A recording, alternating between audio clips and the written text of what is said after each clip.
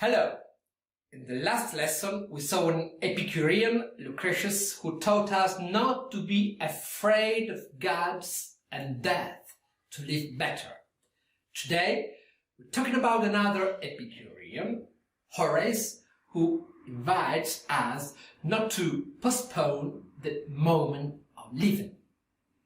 Carpe Diem. It's astounding. Time is fleeting. Madness takes its toll. This t-shirt represents a happy tweety that says Carpe Diem with the L, because in the Italian version tweety is not able to pronounce the R. The shirt is very faded because it was given to me about 30 years ago by the students of the high school where I taught. Therefore, I proudly wear it for sentimental reasons. You all know the expression Carpe Diem. You probably seen the film Dead Poets Society by Peter Ware. In fact, I know I'm making enemies by criticizing an untouchable movie. It's a film that I don't like for several reasons.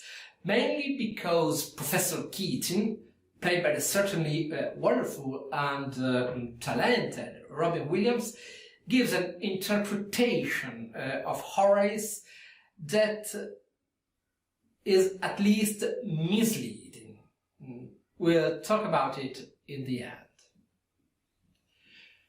Carpe Diem is a very famous formula, so much it has become a meme. Try it for yourself. Look for it on Google Images. You will find things about Horace, of course, but also much more.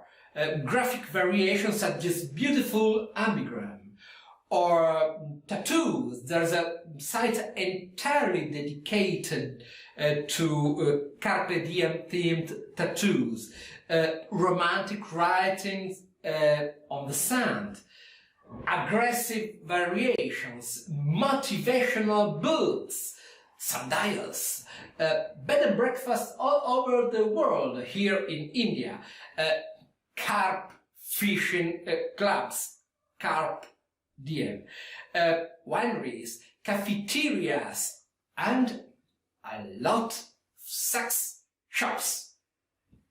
Which is interesting, because in this video we learn why Carpe Diem is quite a good idea for the sign of your binary, a bad idea for your cafeteria, and absolutely an appropriate idea for your sexy shop.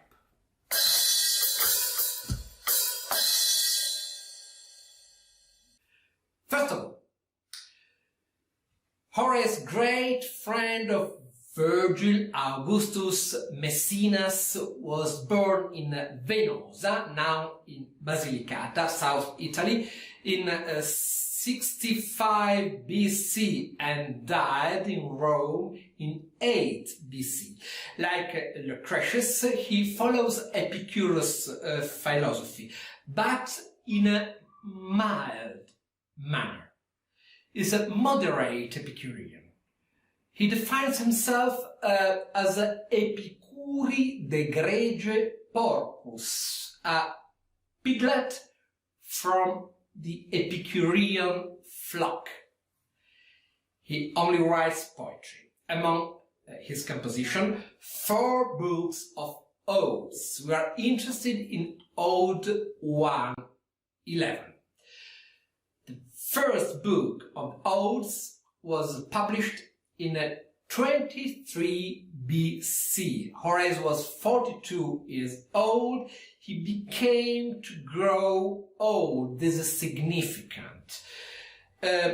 I read it now badly, quickly. At the end of the lesson, I read it well.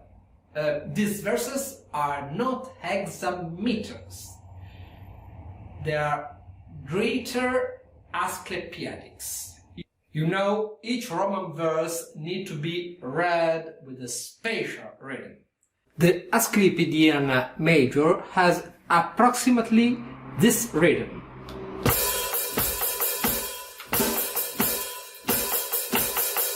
Again.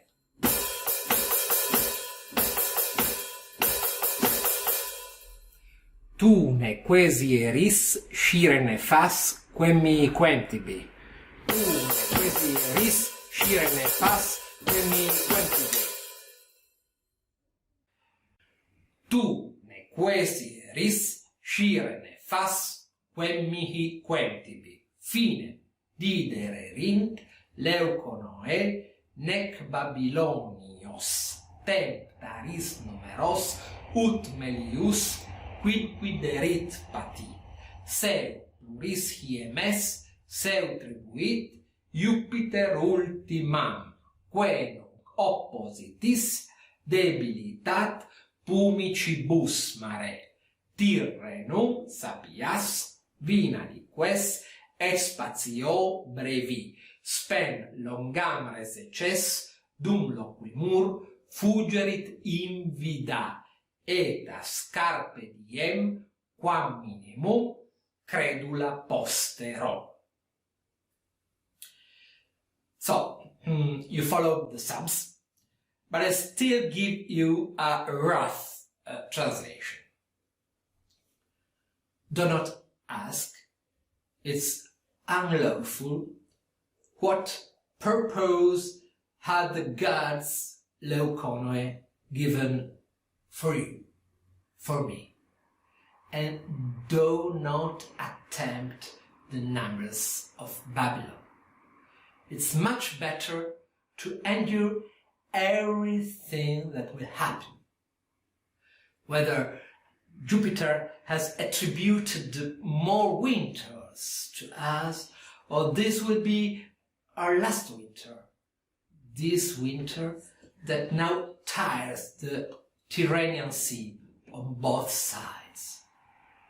Be wise, filter the wine, and carve out your long hope to stay within a short space. As we speak, time has already run away, and time hates us. So, grab the day, believing very little in the next day to come. Now, let's try to understand it word for word. Tu ne quesieris scire ne fas quemi quentibi. You, as in Italian, don't ask. To know is forbidden, which to me, which to you, and the gods gave Leuconoe, and don't attempt Babylonian numbers. As in Catullus Odi et Amo, there's a question. Do you remember? Fortasse requiris. Here, don't ask. Why can't you ask? Remember, Catullus answered that question with a netio. I don't know. Here, there's the same verb, scire, to know. Scire is nefas. In Latin, nefas means forbidden by the laws of gods more than the laws of man. Is something that you can't overcome. If you do it, you fall under the concept of hubris. Hubris is somewhat similar to the concept of sin, but not all the way. It's not an offense against a god. And above all, there's no devil or a principle of evil or a path of evil like in Western monotheistic religions. Nor do we necessarily offend God by acting in a nefas way. Rather than turning himself to evil, hubris means not knowing how to stay in our place. Do you know where the English word transgression comes from? It comes from trans, beyond, and gredior, to walk. So transgress means to go beyond. And generally speaking, the borders of human range are placed in the interest of man himself, like the sign that invite people not to enter a dangerous area, as it's forbidden to cross the tracks. If you do it at your own risk. In short, you are punished by your own recklessness. So, please do not confuse hubris and sin, because the temptation to do so is strong, but not be tempted. Okay, let's move on. Quem mihi quentibi fata di dederint. Which end goal gods gave me to you. Finis has two meanings, which result in two Italian words. In Italian we have la fine, feminine, which means the end. At the end of films, in English appears the end. In Italian is fine. And then we have il fine, masculine, the purpose, the goal.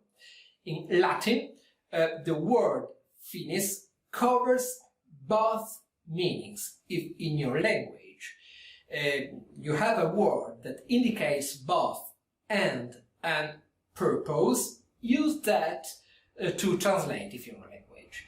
If not, as an Italian, you must choose. So, do not ask, it's nefas, when your life will end or what the purpose of your life is, because gods prefer that we did not know. Have they done well? Of course. It would be terrible if you knew what day we are going to die. Think about it. It would be terrible even if we had the chance to know. Imagine that they gave you an envelope with your date of death. You must be torn between the terror of opening it and the curiosity to open it. I don't know about you. I would go crazy or not. What do you think? In this regard, I recommend a nice book of a similar theme. The Machine of Death. Okay. Now, let's find out who this you is who shouldn't ask. She's called Leukonoi. It's a Greek, not Roman, feminine name. Leukos means white, like in leukocyte, white blood cells, leukemia, etc. Noe means mind. I'm very happy when with my poor English I can teach native speakers a few words in English, and the word of the day is noetic. Synonymous with mental. For example, my noetic world is really posh. Therefore, Leukonoi means white mind, pure mind. It's a fictional character, not autobiographic. She's not described in any way, but for some reasons all readers imagine her as a young girl. So, Leuconoi, don't try to know your destiny. Nec Babylonios tentaris numeros. And don't try the Babylonian numbers.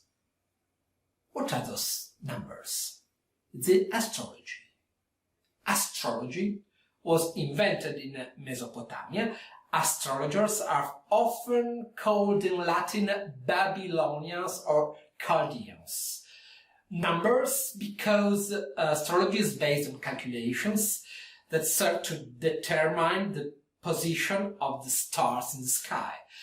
Astrology was widespread in Imperial Rome. In particular, the emperor after Augustus, Tiberius, was passionate about it.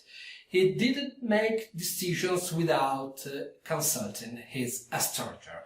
And in this era, astrological were in fashion. There was still not a big difference between the astrological art and the astronomical science.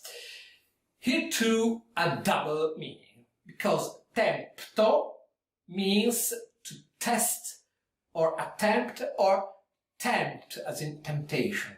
So resist temptation. Don't act like Oscar Wilde, who can resist all bad temptations. So don't ask, is nefas, your future Leuconoi. Keep away from astrology, future telling. It's clear, okay? It's clear all that is under the hood. It's a very complex thing. Now, seu plurimis hiemis, seu tribuit Jupiter ultima. Whether Jupiter has granted many winters or this is our last winter. Here, Horace gives us a temporal framework where winter we have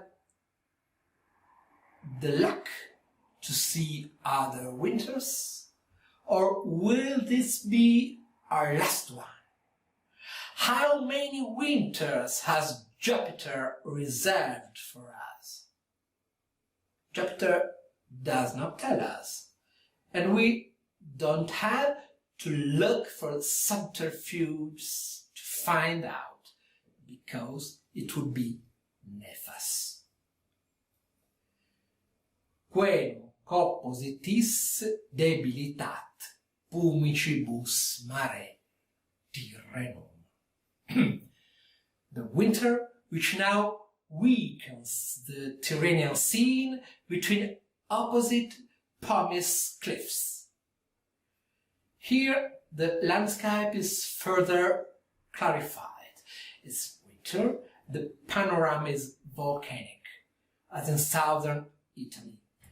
Pumice is a lava foam, it's a floating stone, it's frequently found in volcanic areas, so a desert, but a dry and cold desert, despite the stormy sea that beats on the cliffs and weakens them. It's a landscape of death, or at least of lethargy. It's a time of the year that Romans called mare clausum, the sea closed, because they did not navigate in winter. So, it's winter, it's a time of expectation, and how much we must need to wait. Sapias vina liques et spatio brevi spem longam reseces. Be wise, filter the wine, and cut the long hole in a short space. Words are always important, but in poetry are more important.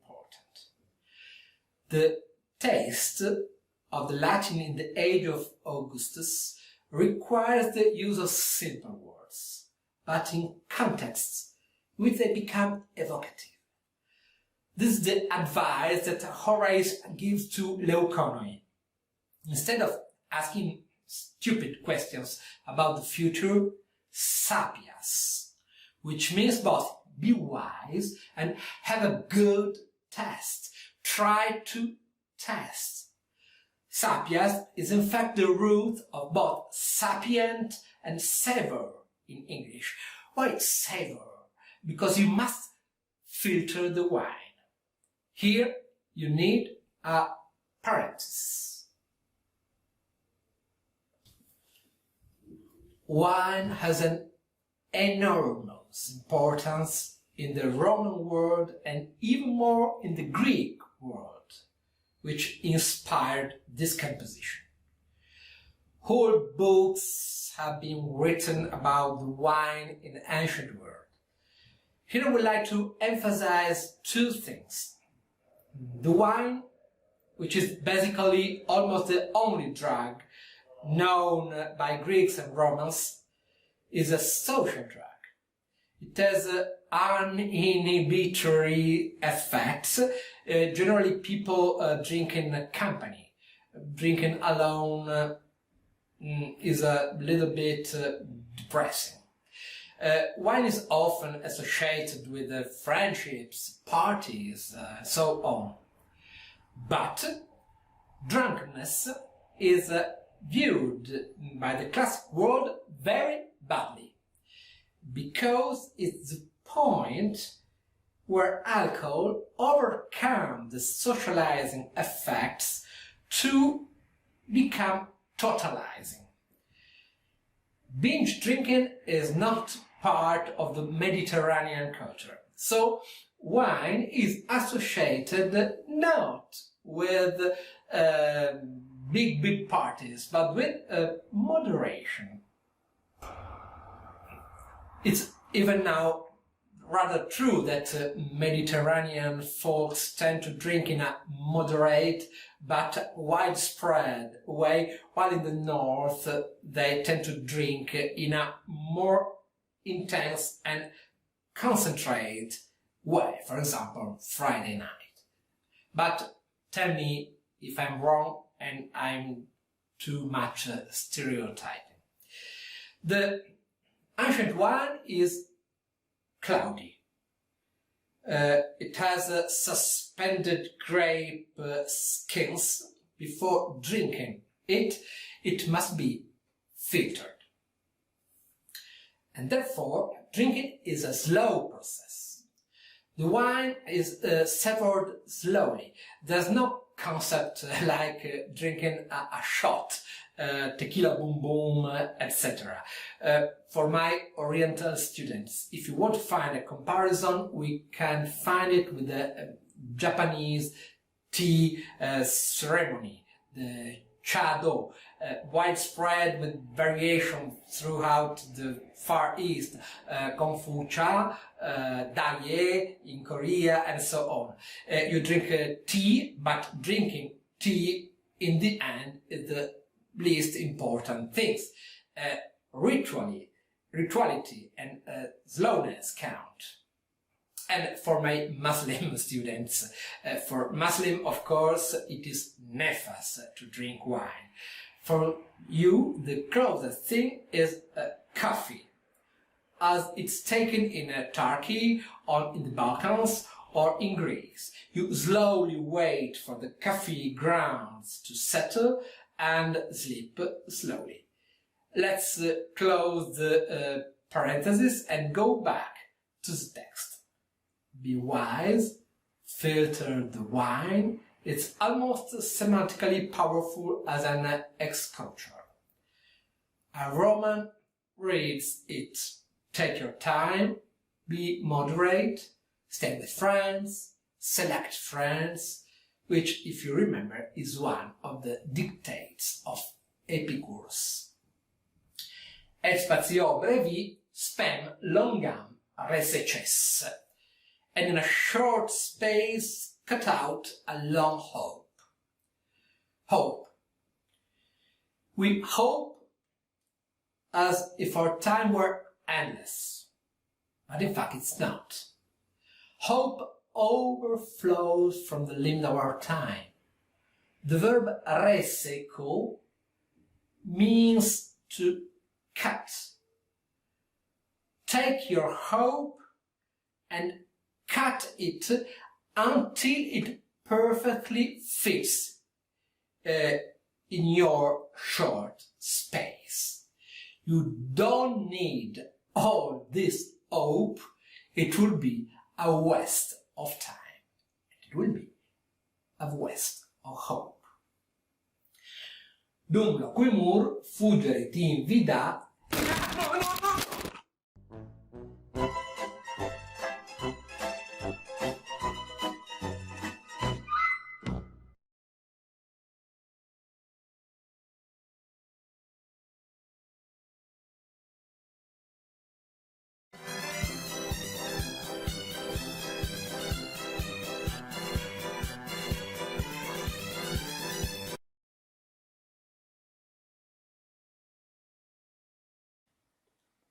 Again.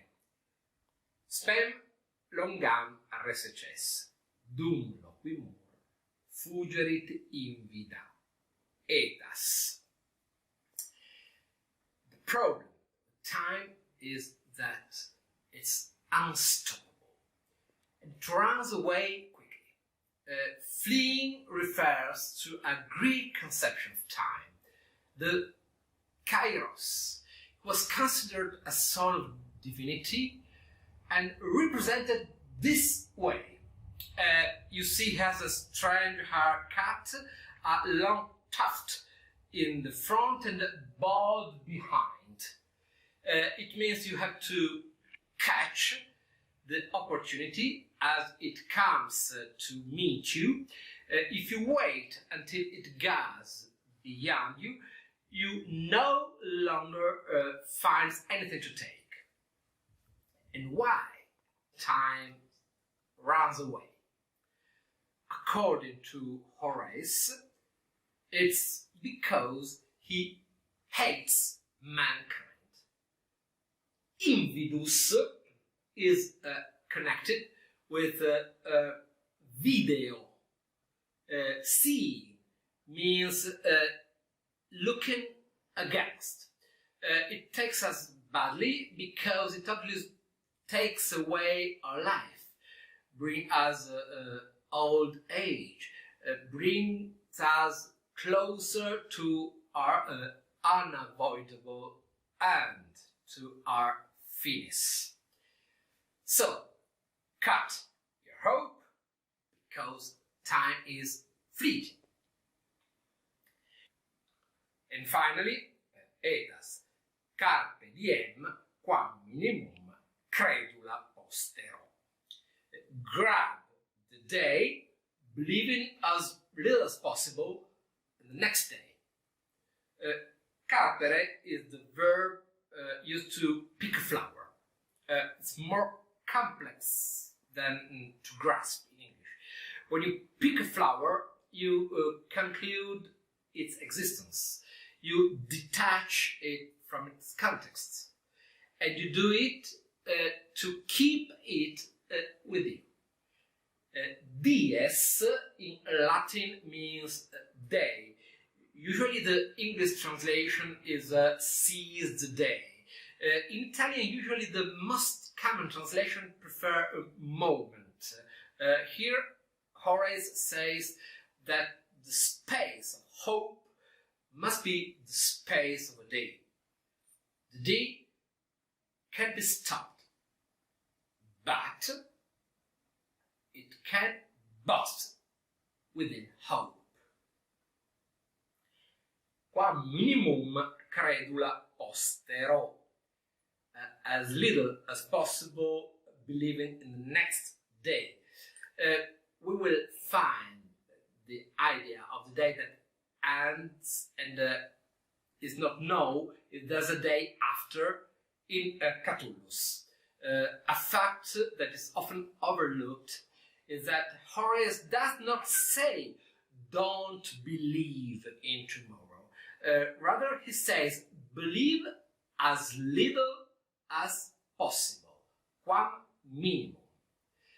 Here, there's a noticeable difference between Horace, who is a moderate Epicurean, compared to Lucretius, who is a radical one. Horace is more understanding. We're men, not machines. Horace is not here to take away our hope, but to reduce it to a human dimension, so we can live here and now. But nevertheless, the master Horace moves a vague reproach to the pupil Leuconoe.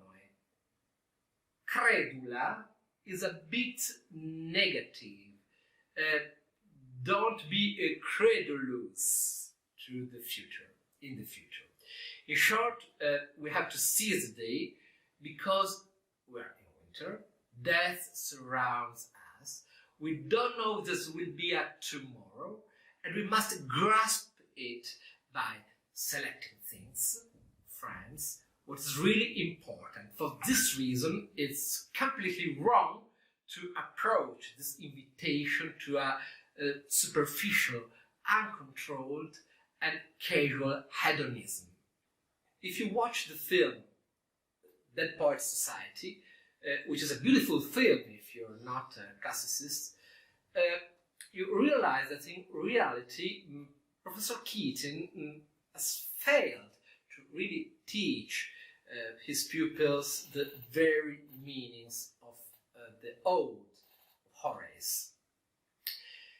Epicurus wanted to teach control of passions. Professor Keating instead exalted the feelings of the students in an uncontrolled way, to the point that the consequences of his method, a little too self-centered, absolutely not Horatian, are devastating. Horace would not have approved it. We must therefore conclude. Remember what I said at the beginning. Maybe at this point you get there on your own. Why Carpe Diem is quite adequate for a winery, little for a coffee shop, and nothing for a sex shop. A winery, yes, is the theme of wine, is nowadays no longer filtered, but can be sipped slowly in company. For tea-to-tailors, oriental tea or coffee, not the Italian coffee. Not the Italian one, because Italian coffee break is usually very short. Comma. Here I would like a metaphor. Short like the espresso we drink.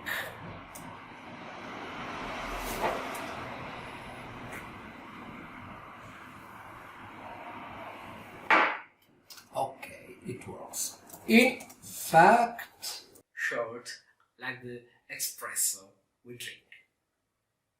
In fact, Carpe Diem does not mean living at full speed. It means enjoying the day that goes by. And as for the sex shop, well, you see, this poem speaks about distance from passions, death, meditation, weakness, fatigue, tiredness, and never about love. And love is a non-Epicurean feeling. There's no love, if you reread it, between Horace and Leuconoi.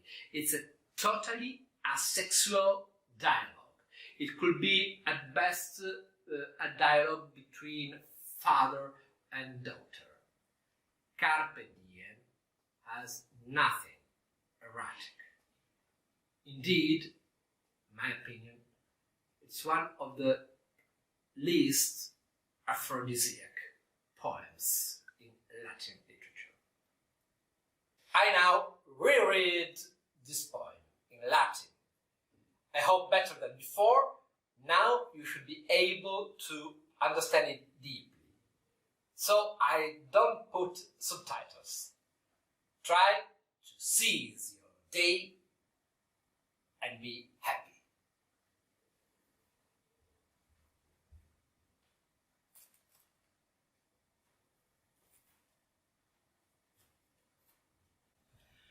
Tu ne quesiris, shir ne fas, quem me, quem tibe, finem didederint, Leuconoe, nec Babylonios, temptaris numeros, ut melius, quid piderit bati. Seu plurissie mes, seu tribuit Jupiter ultimam, que nunc oppositis debilitat pumicibus mare irrenum.